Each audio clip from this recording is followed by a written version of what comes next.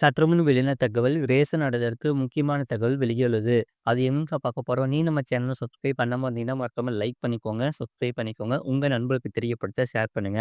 தமிழகத்தில் ரேஷன் கடைகளில் பொங்கல் பரிசு தொகுப்பு பெற இன்று ஜனவரி 18ஆம் தேதி கடைசி நாள். பொங்கல் கொண்டாட சொந்த ஊருக்கு சென்றதால் வாங்காதவர்கள் இன்று பெற்றுக் கொள்ளலாம். தமிழ்நாடு முழுவதும் 75% மேற்பட்ட குடும்ப அட்டைதாரர்களுக்கு பொங்கல் பரிசு தொகுப்பு வழங்கப்பட்டு உள்ளதாக தகவல் வெளியாகியுள்ளது. பொங்கல் பண்டிகையை தமிழக மக்கள் சிறப்பாக கொண்டாடும் வகையில் ஆண்டுதோறும் பொங்கல் பரிசு தொகுப்பு தமிழக அரசு சார்பில் வழங்கப்பட்டு வருகிறது.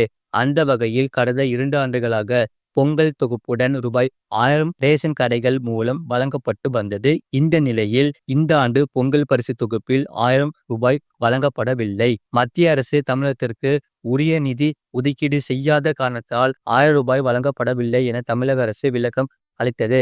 முழு லிங்க் கீழே கிளிக் பண்ணி பாருங்க.